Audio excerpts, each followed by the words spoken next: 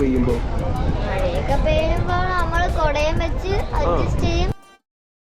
Hello സുഹൃത്തുക്കളെ, ഇന്നത്തെ യാത്ര കൊല്ലം ജില്ലയിലെ മൺറോ തുരുത്തിലേക്കാണ്.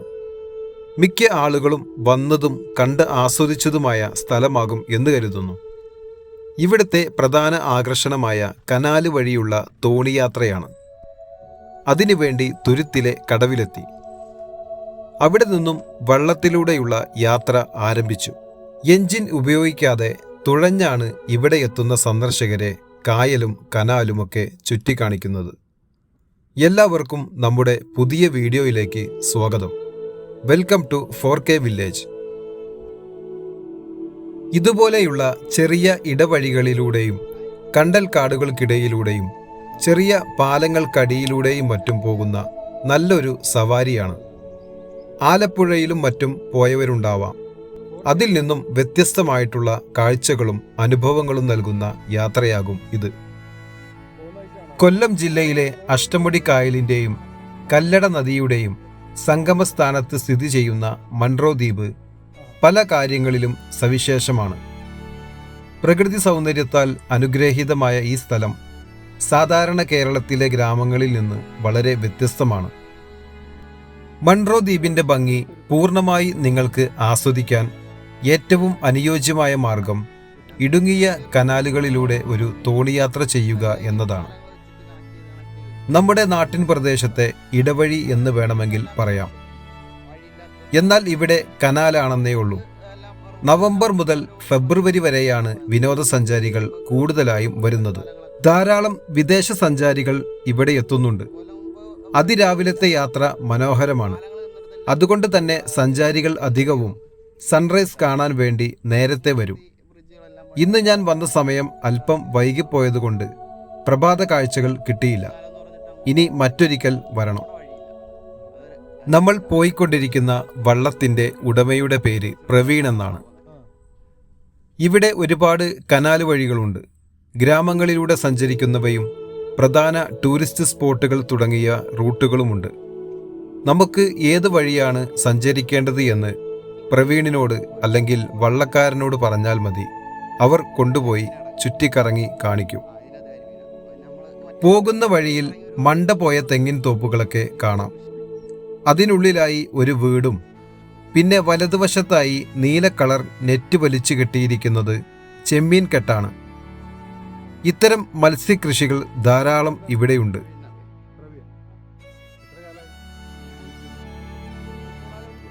വള്ളം അവിടെ നിന്നും ഒരു ചെറിയ പാലത്തിനടിയിലൂടെ കടന്നുപോയി. ഇത്തരം സ്ഥലങ്ങളിൽ എത്തുമ്പോൾ ഇരിപ്പിടങ്ങളിൽ നിന്നും താഴെ ഇറങ്ങിയിരിക്കണം. പാലം കടന്ന് മറ്റൊരു തുരുത്തിലെത്തിയതിൻ്റെ മനോഹരമായ കാഴ്ചയാണിത്. ഇതാണ് വന്ന പാലം. ഇവിടുത്തെ തുരുത്തുകൾ തമ്മിൽ ബന്ധിപ്പിക്കുന്ന റോഡാണിത്. നല്ല തെളിഞ്ഞു കിടക്കുന്ന നീലാകാശവും അങ്ങിങ്ങായി കുറച്ചു മേഘങ്ങളുടെയും നല്ലൊരു കാഴ്ച.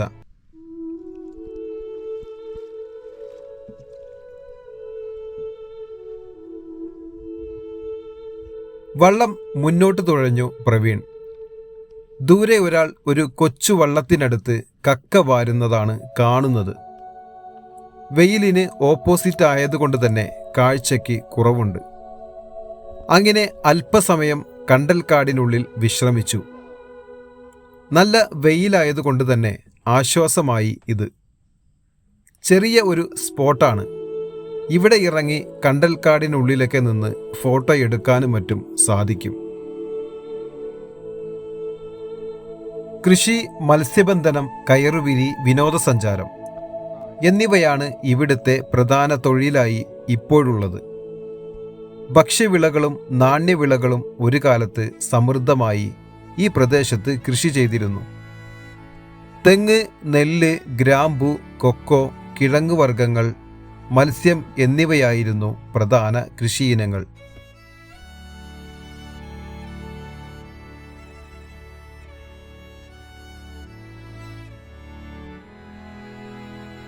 അങ്ങനെ മറ്റൊരു വഴിയിൽ കയറി. ആ വഴിയെ വേറൊരു വള്ളം കൂടെ പോകുന്നുണ്ട്. അതിന് പുറകെ വച്ചുപിടിച്ചു. അല്പം കൂടെ ഇടുങ്ങിയ വഴിയാണ്. കണ്ടൽക്കാടിൻ്റെ കൊമ്പുകളും ചില്ലകളും വള്ളം പോകുന്ന വഴിയിലേക്ക് ചാഞ്ഞു കിടക്കുകയാണ്. പിന്നെ ഇവിടെ തോണിയാത്ര ആരംഭിക്കേണ്ട ഉചിതമായ സമയം 7 മണിക്കോ അല്ലെങ്കിൽ അതിനു മുൻപോ എത്താൻ ശ്രമിക്കണം. എന്നാലേ സൂര്യൻ ഉദിച്ചു വരുന്ന കാഴ്ചയും അതിന് ശേഷമുള്ള കാഴ്ചയുമൊക്കെ കാണാൻ സാധിക്കൂ. അതുപോലെ തന്നെ 8 മണിക്ക് മുൻപ് ചുറ്റിക്കറങ്ങി കാണണം. അപ്പോൾ വെയിലിൽ നിന്നും രക്ഷ നേടാനും സാധിക്കും. ഏകദേശം 8 ദ്വീപുകൾ, ഇടുങ്ങിയ കനാലുകൾ, നാട്ടുവള്ളങ്ങൾ, അങ്ങനെ മനോഹരമായ നിരവധി സ്ഥലങ്ങൾ ദ്വീപിലുണ്ട്. കല്ലടയാറിന് കുറുകെയുള്ള ഇടിയക്കടവ് പാലത്തിലൂടെ ദ്വീപിലേക്ക് ഇപ്പോൾ എളുപ്പത്തിൽ എത്തിച്ചേരാനാകും. പാലം വന്നതിന് ശേഷം സന്ദർശകർക്ക് വാഹനങ്ങളിൽ യാത്ര ചെയ്യാം. കുറച്ച് വർഷങ്ങൾക്ക് മുൻപ് വരെ ബോട്ട് സർവീസ് മാത്രമായിരുന്നു ഇവിടുത്തെ ആശ്രയം. ഇന്നു കേരളത്തിൽ പരക്കെ കാണപ്പെടുന്ന ഹൗസ് ബോട്ടുകളുടെ പൂർവ്വരൂപമായിരുന്നു കെട്ടുവള്ളങ്ങൾ. നൂറ്റാണ്ടുകൾക്ക് മുൻപ് തന്നെ മൺട്രോ തുരുത്തിൽ ധാരാളമായി ഉപയോഗിച്ചിരുന്നു. കിടക്കാനും പാചകം ചെയ്യാനും കെട്ടുറപ്പുള്ള ഒരു ചെറിയ മുറിയും ചരക്ക് കയറ്റുന്നതിനുള്ള സൗകര്യവും ഈ വള്ളങ്ങളിൽ ഉണ്ടായിരുന്നു. നീളൻ മുളകൾ ഉപയോഗിച്ച് ഊന്നിയും കാറ്റിൻ്റെ സഹായത്താൽ പായ കെട്ടിയും ദിവസങ്ങളോളം യാത്ര ചെയ്യാൻ പര്യാപ്തമായിരുന്നു ഈ വള്ളങ്ങൾ. കയർ, തേങ്ങ, കൊപ്ര, വെളിച്ചെണ്ണ തുടങ്ങിയ വിപണന ഉൽപ്പന്നങ്ങൾ കച്ചവടത്തിനായി പുറം നാട്ടിൽ എത്തിച്ചിരുന്നത് വലിയ കെട്ടുവള്ളങ്ങൾ ഉപയോഗിച്ചായിരുന്നു. കുടുംബസമേതമുള്ള തീർത്ഥയാത്രയ്ക്കും വെള്ളപ്പൊക്ക കാലങ്ങളിൽ അഭയം കണ്ടെത്തുന്നതിനും ഇത്തരം വള്ളങ്ങളാണ് ഉപയോഗിച്ചിരുന്നത്. ഇവിടുത്തെ ഒരു റിസോർട്ടിന് പുറകുവശത്തുകൂടെയുള്ള ഇടവഴികളിലൂടെയാണ് വള്ളം നീങ്ങിക്കൊണ്ടിരിക്കുന്നത്.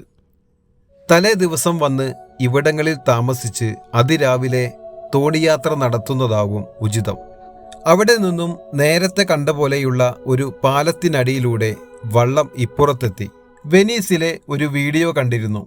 ഇത്തരം സ്ഥലങ്ങളിലെത്തുമ്പോൾ വള്ളക്കാരൻ പാലത്തിന് മുകളിലൂടെ നടന്നു വന്ന് വള്ളത്തിലേക്ക് പിടിച്ചിറങ്ങുന്നത്. അതുപോലെ ചെയ്യാൻ പറ്റുമോ എന്ന് തമാശ രൂപത്തിൽ ചോദിച്ചു. അതുപോലെ നമ്മൾ ചെയ്താൽ ചിലപ്പോൾ വെള്ളത്തിൽ വീഴുമെന്നും തമാശ രൂപേണ പ്രവീൺ പറഞ്ഞു. ഇവിടുത്തെ പ്രധാന ഫോട്ടോഷൂട്ടും മറ്റും നടത്തുന്ന സ്ഥലമാണിത്. കണ്ടൽക്കാടുകൾ ഒരാർച്ച് രൂപത്തിൽ നിൽക്കുന്നത്. സന്ദർശകരെ ആകർഷിക്കുന്ന രൂപത്തിലാണ് ഇവ.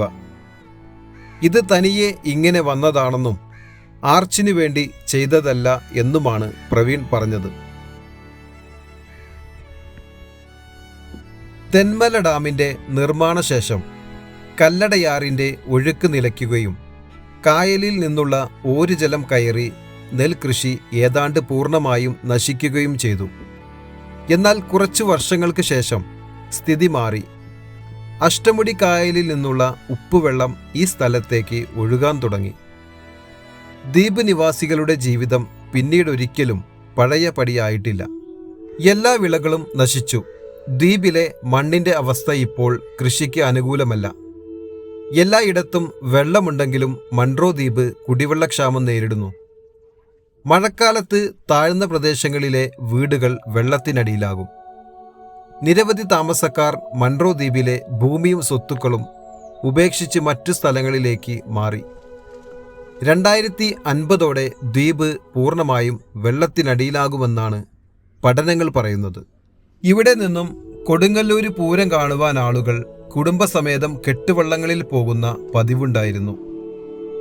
2 ആഴ്ചയോളം ആവശ്യമായ ഭക്ഷണ സാധനങ്ങളും മറ്റു ജീവിതാവശ്യ വസ്തുക്കളും ശേഖരിച്ചുകൊണ്ട് കെട്ടുവള്ളത്തിൽ അഷ്ടമുടി, കായംകുളം കായലുകൾ വഴി ആലപ്പുഴ തോട് കടന്ന് ഇപ്പോൾ ബോട്ട് ജെട്ടിയായി തീർന്ന കൊടുങ്ങല്ലൂർ കോട്ടപ്പുറം എന്ന സ്ഥലത്ത് എത്തും. കോട്ടപ്പുറം ക്ഷേത്രക്കടവിൽ നിന്നും കാൽനടയായി പൂരം നടക്കുന്ന കൊടുങ്ങല്ലൂർ ക്ഷേത്രത്തിൽ എത്തുകയും ഉത്സവം കഴിഞ്ഞ് മടങ്ങുകയും ചെയ്തിരുന്ന ഒരു കാലമുണ്ടായിരുന്നു. കേൾക്കുമ്പോൾ തന്നെ ആ കാലഘട്ടം ക്യാൻവാസിൽ തീർത്ത ജലച്ഛായം പോലെ മനസ്സിൽ തെളിഞ്ഞു വരുന്നു.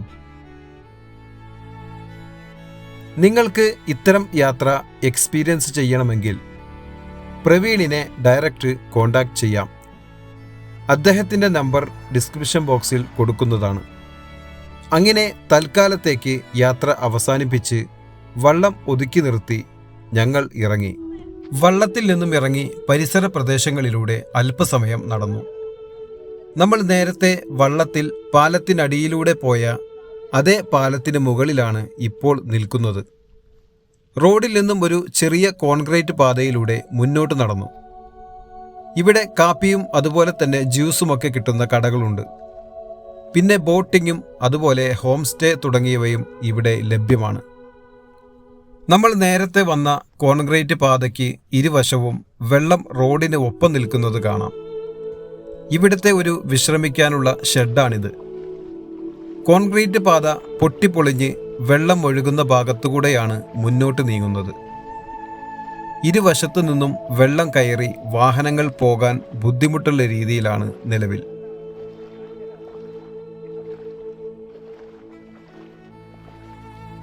ഇവിടെയുള്ള ഹോം സ്റ്റേയിലേക്ക് പോകാനുള്ള നടപ്പാലം നിർമ്മിച്ചിരിക്കുന്നതാണ് ഇത്. ഇവിടെ വള്ളം കൂടാതെ കയാക്കിംഗ്, പെഡൽ ബോട്ട്, കൊട്ടവഞ്ചി തുടങ്ങിയവയും നിലവിലുണ്ട്. ഇവിടുത്തെ പ്രശസ്തമായ പുരാതനമായ ഒരു ഡച്ച് പള്ളിയുണ്ട്. അവിടേക്കാണ് പോയിക്കൊണ്ടിരിക്കുന്നത്. ഒരു റെയിൽവേ ട്രാക്ക് ക്രോസ് ചെയ്ത് വേണം അവിടെ എത്താൻ. ട്രാക്കിൽ നിന്നും ഒരു കുറ്റിക്കാട്ടിലൂടെ നടന്നു നീങ്ങി. ഇവിടേക്കെത്താൻ കായൽ വഴി വള്ളത്തിലും മറ്റും വരാനുള്ള സൗകര്യമുണ്ട്. ഒത്തിരി മരങ്ങളൊക്കെയുള്ള ഒരു തൊടിയിലൂടെ പള്ളി ലക്ഷ്യമാക്കി നടന്നു. ദൂരേക്ക് നോക്കുമ്പോൾ തന്നെ കാണാം ഓടുമേഞ്ഞ കെട്ടിടം. വളരെ പുരാതനമായ ഒരു പള്ളിയായതുകൊണ്ട് തന്നെ ഈ കുറ്റിക്കാട്ടിലൂടെയൊക്കെ സഞ്ചരിച്ച് അവിടെ എത്തുമ്പോഴാണ് ഒരു ഫീൽ കിട്ടുന്നത്. മൺട്രോ ദ്വീപിലുള്ള ഡച്ച് പള്ളി കേരളത്തിലെ പഴയ പള്ളികളിലൊന്നാണ്. 1878 ഡച്ചുകാരാണ് ഈ പള്ളി നിർമ്മിച്ചത്. അഷ്ടമുടി കായലിൻ്റെ തീരത്തുള്ള പള്ളി ഡച്ച് കേരള വാസ്തുവിദ്യയിലാണ് നിർമ്മിച്ചിട്ടുള്ളത്.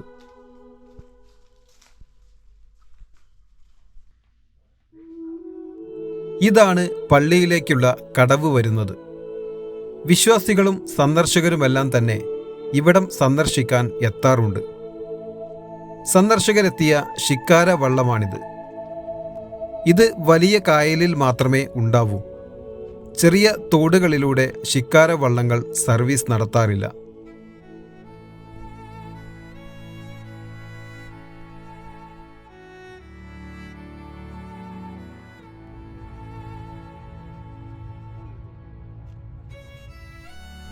കടവിൽ നിന്നും പള്ളിയിലേക്ക് പോകുന്ന വഴിയാണിത്.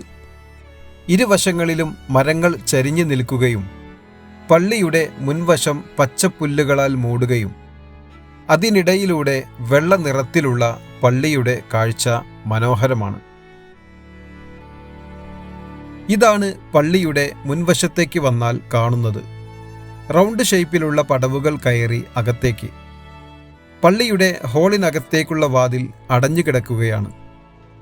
മുൻവശത്തെ തൂണുകളും ഇടനാഴിയും മരം കൊണ്ട് നിർമ്മിച്ച ജനവാതിലുകളുമൊക്കെ കാണാം.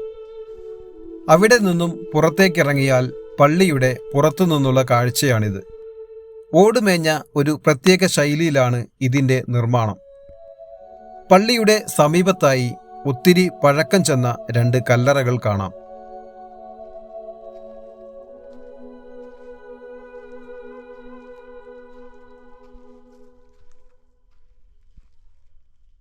പള്ളിയുടെ നിർമ്മാണ രീതിയും ഉപയോഗിച്ച വസ്തുക്കളും ഓട് മേഞ്ഞിരിക്കുന്നതും വശങ്ങളിലായി വരുന്ന റൗണ്ട് ഷേപ്പിലുള്ള തൂണുകളും വാതിലുകളും ജനലുകളും ഓട് മേയാൻ ഉപയോഗിച്ചിരിക്കുന്നതും എല്ലാം തന്നെ മരങ്ങൾ കൊണ്ടാണ്.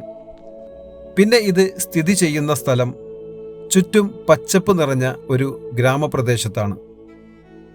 മുൻപിൽ അഷ്ടമുടി കായൽ, പുറകിൽ റെയിൽവേ ട്രാക്ക്, എല്ലാം കൊണ്ടും മനോഹരമായ ഒരു ആംബിയൻസാണിവിടെ.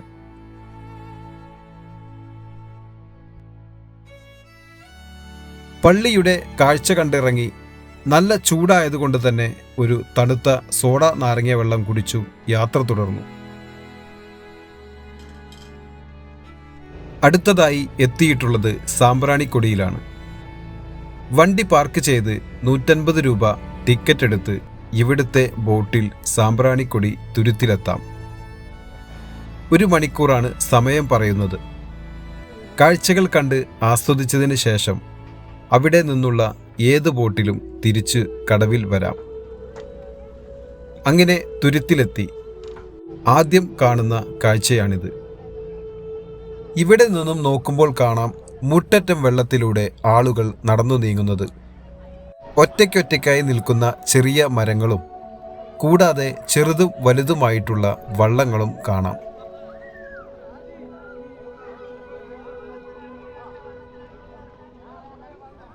ചെറിയ ഒറ്റയ്ക്കായി നിൽക്കുന്ന മരത്തിൻ്റെ കൊമ്പുകളിൽ ആളുകൾ കയറിയിരുന്ന് കാഴ്ചകളൊക്കെ ആസ്വദിക്കുന്നത് കാണാം.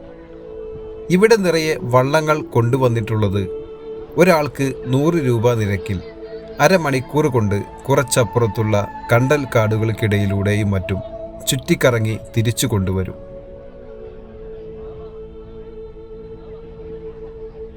പിന്നെ ഇവിടെ കൗതുകം നിറഞ്ഞതും അമ്പരപ്പിക്കുന്നതുമായ കുറച്ചു കാഴ്ചകളാണിത്. ഒരു കൊച്ചു പയ്യൻ വള്ളത്തിന് മുകളിലിരുന്ന് അവൻ്റെ കയ്യിലുള്ള കുറച്ചു സാധനങ്ങളൊക്കെ വിളിച്ചു പറഞ്ഞ് കച്ചവടം ചെയ്യുന്നു.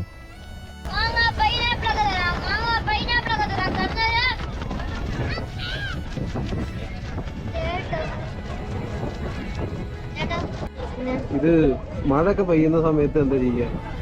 മഴയൊക്കെ പെയ്യുമ്പോൾ നമ്മൾ കൊടയം വെച്ച് അഡ്ജസ്റ്റ് ചെയ്യും. അല്ലാതെ ചിലപ്പോഴൊക്കെ ആണെങ്കിൽ വരത്തില്ല. അതെ, കാറ്റൊക്കെ വരുമ്പോഴത്തേക്ക് പ്രശ്നമായിരിക്കും. കാറ്റൊക്കെ വരുമ്പോ പ്രശ്നം ആണ്, അതൊന്നും പറയത്തില്ല ആണ്. പക്ഷേ ഈ കാറ്റടിക്കുമ്പം രാവിലെ ആകുമ്പോ വെള്ളം പെയ്യുന്ന സമയത്താകുമ്പം കാറ്റടിച്ച് മേളില് അടിച്ച് ചില സമയത്തൊക്കെ കളയും. അങ്ങനെ ഒരു പ്രശ്നമുണ്ട്. സാധനങ്ങളൊക്കെ താഴെ വീട് പോയില്ലേ? അങ്ങനെ അത്രയ്ക്കൊന്നും വീഡിയോ ഒത്തുന്നില്ല. വെയിറ്റ് ഇല്ലാത്ത ചില സാധനങ്ങൾ.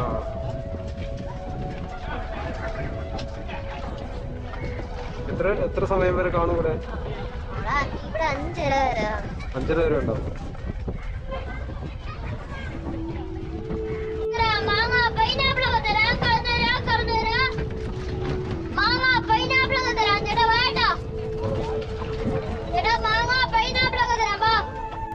ഇവിടെ എത്തുന്ന സന്ദർശകരെ കാത്ത് കച്ചവടക്കാരും സജീവമാണ്. കായലിൽ ടേബിളിട്ട് മുട്ടോളം വെള്ളത്തിൽ നിന്നാണ് കച്ചവടം. എത്ര മനോഹരമായ കാഴ്ച! വൈകുന്നേരമാവുന്നതോടുകൂടി സന്ദർശകരുടെ തിരക്ക് കൂടി വരികയാണ്. സ്ത്രീകളും കുട്ടികളുമാണ് കച്ചവടം കൂടുതലായും നടത്തുന്നത്. സന്ധ്യയാവുന്നതോടുകൂടി സന്ദർശകർ പോയതിനു ശേഷം കച്ചവട സാധനങ്ങളെല്ലാം എടുത്ത് വള്ളങ്ങളിലും ബോട്ടുകളിലുമായി തിരിച്ചു കൊണ്ടുപോകും. പിറ്റേ ദിവസം വീണ്ടും പഴയപടി. മഴയും കാറ്റുമുള്ളപ്പോൾ ഇവരുടെ കാര്യം വളരെ കഷ്ടമാണ്.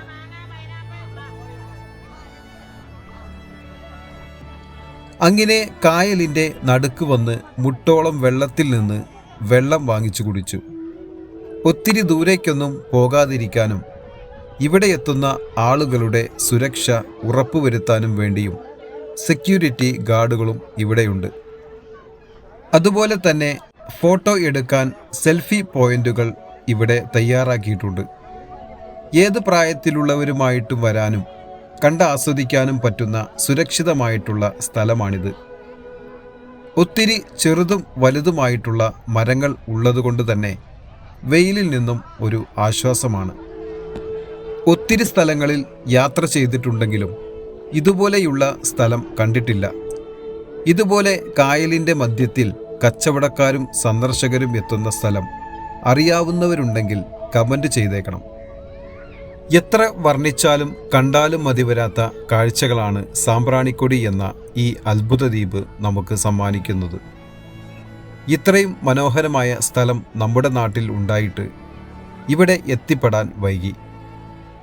യാത്രകളും വ്യത്യസ്തമായ കാഴ്ചകളും കാണാൻ താല്പര്യമുള്ള ആളുകൾക്ക് ഇതൊരു വേറിട്ട അനുഭവം തന്നെയാകും. സാമ്പ്രാണിക്കൊടിയിലെ പ്രധാന ആകർഷണം 2 ഏക്കറോളം വിസ്തൃതിയുള്ള കണ്ടൽ തുരുത്താണ്. ഏകദേശം 9 വർഷം മുൻപ് ദേശീയ ജലപാതയ്ക്ക് വേണ്ടി കായൽ ഡ്രഡ്ജ് ചെയ്തെടുത്ത മണ്ണ് കൂട്ടിയിട്ടപ്പോൾ ഉണ്ടായ ദ്വീപാണ് ഇത്. മഴക്കാലങ്ങളിൽ ഒഴുകി വരുന്ന കണ്ടൽ ചെടികൾ അടിഞ്ഞു വളരുകയായിരുന്നു. ഇന്ന് ആര് കണ്ടാലും അത്ഭുതപ്പെട്ടു പോകുന്ന ഒരു കണ്ടൽ വനമായി ആ ദ്വീപ് മാറിക്കഴിഞ്ഞിരിക്കുന്നു. ഒരു വള്ളക്കാരൻ ആളുകളെ വിളിച്ചു കയറ്റി കണ്ടൽക്കാടുകൾ ചുറ്റിക്കറങ്ങി കാണിക്കുവാൻ പോകുന്നുണ്ട്.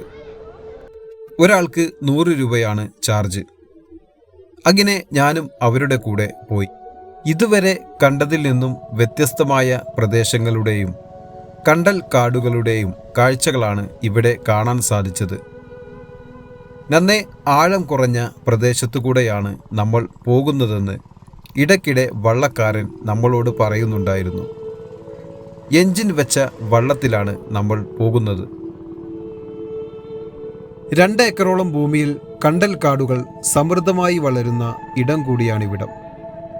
ബോട്ടിൽ കയറി വേണം ഇവിടെ എത്താൻ. കാവനാട് ബോട്ട് ജെട്ടിയിൽ നിന്ന് ജലഗതാഗത വകുപ്പിൻ്റെ ബോട്ട് സർവീസ് സാമ്പ്രാണിക്കടവിലേക്കുണ്ട്. അതല്ല റോഡ് വഴിയാണ് വരുന്നതെങ്കിൽ ബൈപ്പാസിലെ കടവൂർ സിഗ്നലിൽ നിന്നും ഇടത്തേക്ക് തിരിഞ്ഞ് അഞ്ചാലുമൂട്ടിലെത്തി പ്രാക്കുളം വഴി വരാം. സാമ്പ്രാണിക്കടവിൽ നിന്നും കണ്ടൽ തുരുത്തിലേക്ക് പോകുവാൻ ജില്ലാ ടൂറിസം പ്രൊമോഷൻ കൗൺസിലിൻ്റെ ബോട്ടുണ്ട്.